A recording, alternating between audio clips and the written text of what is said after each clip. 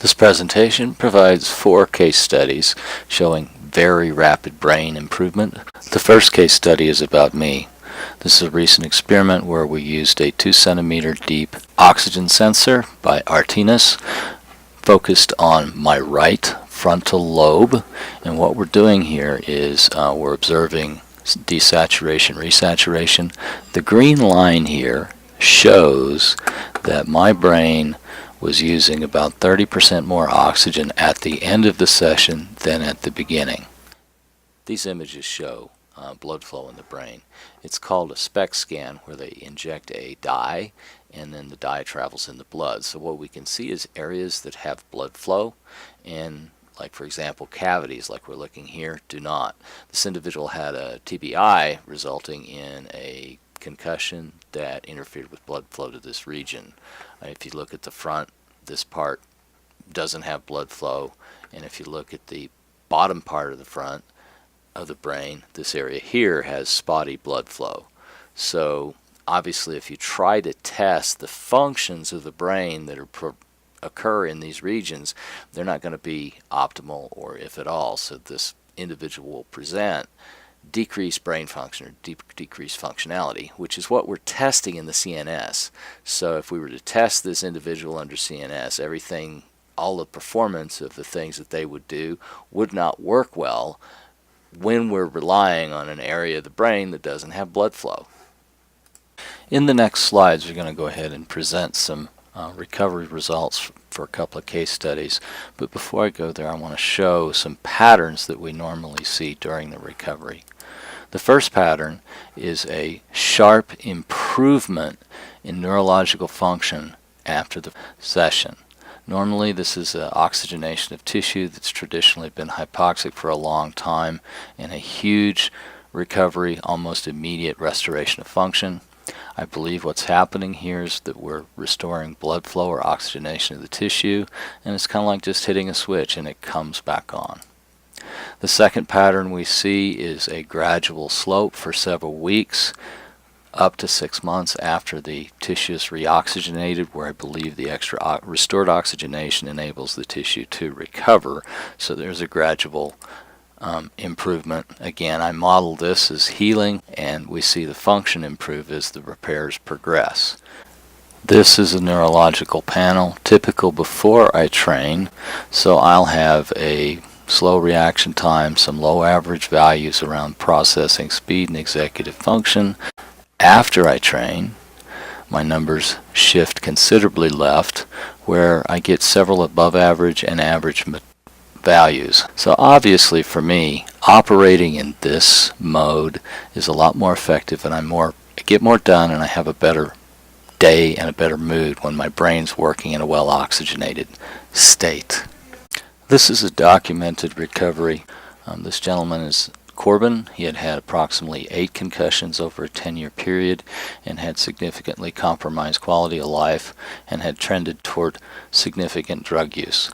The first day with LiveO2, we started to see big shifts in his mental performance, 7%, 23% improvement in his psychomotor speed.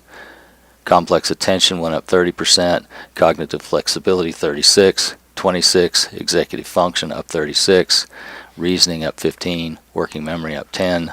After we trained him 3 times, we got much more result out of his neurocognitive, started to see improvements in his composite memory. Anyway, we can kind of go across the bottom here. Obviously 17% on psychomotor speed, 45% in complex attention, 69% in cognitive flexibility, 63% in executive function, and 27% in simple attention. Obviously these are big shifts. His mother simply said, "I got my boy back."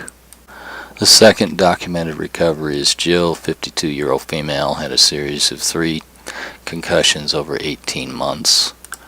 First day result, very significant across 144% in reaction time, complex attention 75%, cognitive flexibility 116%, executive function more than doubled 118%, minor changes in everything but complex attention at 39%. By day 6, very fast, 54%, 148% include final, 75%, 132%, 138%. A lot of these basically were with only one additional LiveO2 session. An obvious question was, yeah, these are great results. How do they last? So we caught up with Jill last week, and she was willing to do another neurological panel. And here are the results after 4 years. Basically neurocognitive. The results lasted. Dakota is my son. At age 11 began having Tourette's seizures. I suspect that he had some chemical trauma. When we did our first panel, observed that his neurological performance is very low, as in the first percentile in all but 1, 2, 3 categories. As a parent, this was obviously somewhere between concerning and terrifying. Since Dakota was very high functioning, it was possible to get him on the system, and he actually enjoyed training, even age 11. So anyway, after his first session, the number of markers in the first percentile reduced to 3, and he moved to average in 1, 2, 3, 4 categories. So on day 2, I saw a significant improvement in his neurological function, but more importantly, his seizures were gone.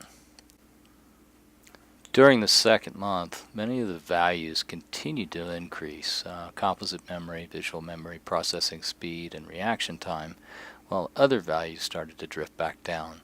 Executive function went down 11%, psychomotor speed, complex attention, and cognitive flexibility.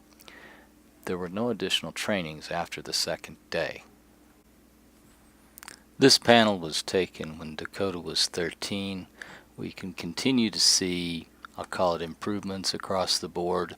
One minor loss in complex attention, but during this time Dakota was training fairly frequently because he was using the LiveO2 to prepare for athletic competitions, and I think the regular repeated use helped him recover more overall. This panel, taken approximately 1 month from the previous LiveO2 training session, shows some additional improvement. So overall, the X's are moving to the left, but still not as much as I'd like to see. So our next experiment is going to be to go ahead and do a tune-up with Dakota and take another panel. Each slide, like Corbin's, has a link to Corbin's recovery, which is, if you click this link, it will take you to the data, or Corbin's data, and you can look at the data yourself.